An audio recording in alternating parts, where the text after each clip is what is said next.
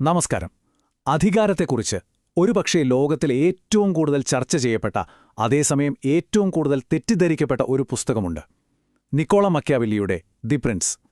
രാഷ്ട്രീയത്തെക്കുറിച്ചുള്ള നമ്മുടെയൊക്കെ ചിന്തകളെ എന്നേക്കുമായി മാറ്റിമറിച്ച ഈ പുസ്തകത്തിന്റെ ഉള്ളറകളിലേക്ക് നമുക്കൊന്ന് യാത്ര ചെയ്യാം. അപ്പോ നമുക്കീയൊരു വാക്കിൽ നിന്ന് തന്നെ തുടങ്ങിയാലോ? മക്യാവെല്യൻ. ഈ വാക്ക് കേൾക്കുമ്പോൾ നിങ്ങളുടെ മനസ്സിലേക്ക് ആദ്യം ഓടിയെത്തുന്നത് എന്താണ്? ഒരുപക്ഷേ അധികാരം നേടാൻ എന്ത് കുതന്ത്രവും പ്രയോഗിക്കുന്ന ഒരാളുടെ ചിത്രമായിരിക്കും, അല്ലേ? അതെ, സാധാരണയായി ഈ വാക്ക് കേൾക്കുമ്പോൾ നമ്മുടെയൊക്കെ മനസ്സിൽ വരുന്നത് ഇതൊക്കെയാണ്: ക്രൂരത, കൗശലം, വഞ്ചന, പിന്നെ ധാർമ്മികതയ്ക്കൊരു വിലയും കൽപ്പിക്കാത്ത ഒരു തരം പെരുമാറ്റം. ഇതിന്റെ എല്ലാം ഒരു ചുരുക്കമെന്ന പോലെ പലപ്പോഴും പറയുന്ന ഒരു വാചകമുണ്ട്: ലക്ഷ്യം മാർഗത്തെ സാധൂകരിക്കുന്നുവെന്ന്. അപ്പോ ഇതാണ് നമ്മുടെ മുന്നിലുള്ള പ്രധാന ചോദ്യം. മക്യാവെല്ലി ശരിക്കും തിന്മ പഠിപ്പിക്കുന്ന ഒരു ടീച്ചറായിരുന്നു, അതോ നമ്മൾ കേട്ടറിഞ്ഞതിലും അപ്പുറം കുറച്ചുകൂടി സങ്കീർണമായൊരു ചിത്രമുണ്ടോ ഇതിന്? നമുക്കൊരുമിച്ച് കണ്ടെത്താം. ഈ പുസ്തകത്തെ ശരിക്കും മനസ്സിലാക്കണമെങ്കിൽ അത് എഴുതപ്പെട്ട കാലഘട്ടത്തിലേക്ക് നമ്മളൊന്ന് തിരിഞ്ഞു നോക്കണം. അതായത് നവോത്ഥാനകാലത്തെ ഇറ്റലിയുടെ പ്രക്ഷുബ്ധമായ ആ സാഹചര്യങ്ങളിലേക്ക്. ഒന്ന് സങ്കൽപ്പിച്ചു നോക്കൂ. ചെറിയ ചെറിയ രാജ്യങ്ങളായി വിഭജിക്കപ്പെട്ട ഒരിടം. എവിടെയും യുദ്ധം, വഞ്ചന, അഴിമതി. ഫ്ലോറൻസ്, വെനീസ്, മിലാൻ എന്നിങ്ങനെയുള്ള ഈ നഗരരാഷ്ട്രങ്ങൾ എപ്പോഴും പരസ്പരം പോരടിക്കുകയായിരുന്നു. പോരാത്തതിന് പുറത്തുനിന്നുള്ള ഫ്രഞ്ച്, സ്പാനിഷ് ശക്തികളുടെ നിരന്തരമായ ആക്രമണങ്ങളും. ഇതായിരുന്നു മക്യാവെല്ലിയുടെ ഇറ്റലി. ഈ ടൈം ലൈൻ കണ്ടാൽ തന്നെ നമുക്ക് ആ കാലഘട്ടത്തിന്റെ ഒരു ചിത്രം കിട്ടും. നോക്കൂ, 1494 വിദേശ ശക്തികൾ ഇറ്റലിയെ ആക്രമിക്കാൻ തുടങ്ങുന്നു. 1512 അദ്ദേഹം ജോലി ചെയ്തിരുന്ന ഫ്ലോറന്റൈൻ റിപ്പബ്ലിക് തകർന്നടിയുന്നു. ഇതിനെ തുടർന്നാണ് അദ്ദേഹത്തെ നാടുകടത്തുന്നത്.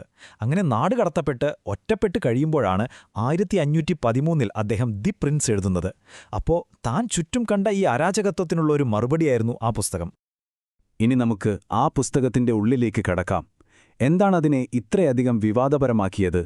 അന്നത്തെ കാലത്ത് നിലനിന്നിരുന്ന എല്ലാ ധാർമ്മിക സങ്കല്പങ്ങളെയും അത് തകർത്തെറിഞ്ഞു. ഇതാണ് മക്യാവെല്ലി മുന്നോട്ടുവെച്ച ഏറ്റവും വിപ്ലവകരമായ ആശയം.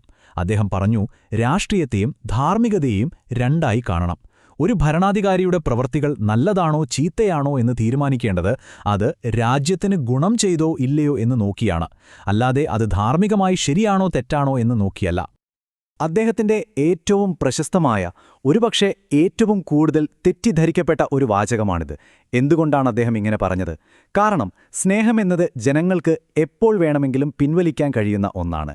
പക്ഷേ ശിക്ഷയെക്കുറിച്ചുള്ള ഭയം അങ്ങനെയല്ല, അതെപ്പോഴും നിലനിൽക്കും. അതുകൊണ്ട് ഒരു ഭരണാധികാരിക്ക് കൂടുതൽ ആശ്രയിക്കാൻ പറ്റുന്നത് ഭയത്തെയാണ്. ഒരു ഭരണാധികാരി വിജയിക്കണമെങ്കിൽ 2 കാര്യങ്ങളെ നേരിടണമെന്നാണ് മക്യാവെല്ലി പറയുന്നത്: വിർതു, പിന്നെ ഫോർച്യൂണ.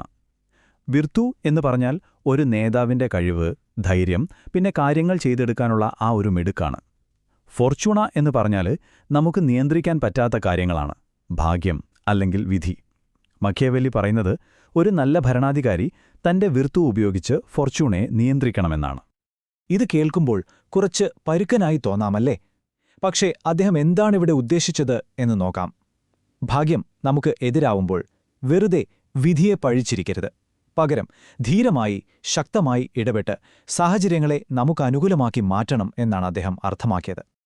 അതായത് ചുരുക്കി പറഞ്ഞാൽ ഇതാണ് കാര്യം: ഒരു ഭരണാധികാരിയുടെ ആദ്യത്തെയും അവസാനത്തെയും ലക്ഷ്യം രാഷ്ട്രത്തിന്റെ നിലനിൽപ്പാണ്. അതിനുവേണ്ടി ചിലപ്പോൾ നല്ലവനായി അഭിനയിക്കുന്നത് നിർത്തേണ്ടിവരും. കരുണ, സത്യസന്ധത, ഇതൊക്കെ നല്ല ഗുണങ്ങളാണ്, സംശയമില്ല.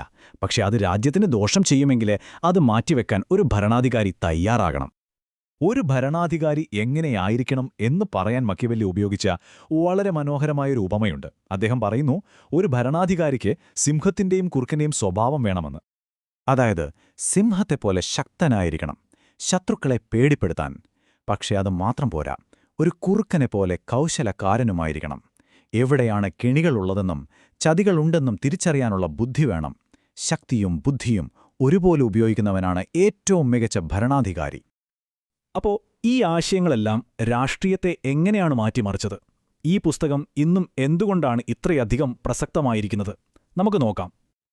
ഈ പുസ്തകത്തെ വെറുമൊരു ഉപദേശ ഗ്രന്ഥമായിട്ടല്ല, മറിച്ച് ആധുനിക പൊളിറ്റിക്കൽ സയൻസിന്റെ തുടക്കമായിട്ടാണ് പലരും കാണുന്നത്. അതിനൊരു പ്രധാന കാരണമുണ്ട്. അതുവരെ എല്ലാവരും രാഷ്ട്രീയം എങ്ങനെയായിരിക്കണം എന്ന ആദർശങ്ങളെക്കുറിച്ചാണ് സംസാരിച്ചത്. എന്നാൽ മക്യവെല്ലിയാണ് ആദ്യമായി രാഷ്ട്രീയം യഥാർത്ഥത്തിൽ എന്താണ്, അതെങ്ങനെയാണ് പ്രവർത്തിക്കുന്നത് എന്ന് തുറന്നെഴുതിയത്. അതുകൊണ്ടാണ് അദ്ദേഹത്തെ ആധുനിക രാഷ്ട്രതന്ത്രശാസ്ത്രത്തിന്റെ പിതാവ് എന്ന് വിളിക്കുന്നത്. അദ്ദേഹം ആദർശലോകത്തല്ല ജീവിച്ചത്. മനുഷ്യന്റെ യഥാർത്ഥ സ്വഭാവത്തെ, അധികാരത്തിനു വേണ്ടിയുള്ള അവന്റെ ആഗ്രഹത്തെ അദ്ദേഹം യാഥാർത്ഥ്യബോധത്തോടെ വിലയിരുത്തി. അങ്ങനെ രാഷ്ട്രീയത്തെ ഒരു പ്രായോഗിക ശാസ്ത്രമായി അദ്ദേഹം മാറ്റി. ഇനി നമുക്ക് ഈ പുസ്തകത്തെക്കുറിച്ചുള്ള ഏറ്റവും വലിയ തർക്കത്തിലേക്ക് വരാം. കഴിഞ്ഞ 500 വർഷമായി ആളുകൾ ചോദിക്കുന്ന ചോദ്യം, മക്യാവെല്ലി ഒരു റിയലിസ്റ്റായിരുന്നോ? അതായത് ലോകം എങ്ങനെയാണെന്ന് തുറന്നു പറഞ്ഞൊരാൾ, അതോ അധാർമികതയെ പ്രോത്സാഹിപ്പിച്ച ഒരാളായിരുന്നോ? ഇതിനെക്കുറിച്ച് പ്രധാനമായും 2 വാദങ്ങളാണുള്ളത്. ഒരു ഭാഗത്ത് വിമർശകർ പറയുന്നത് അദ്ദേഹം ക്രൂരതയും വഞ്ചനയും പഠിപ്പിച്ചു, സ്വേച്ഛാധിപതികൾക്ക് വേണ്ട ന്യായീകരണങ്ങൾ നൽകിയെന്നാണ്.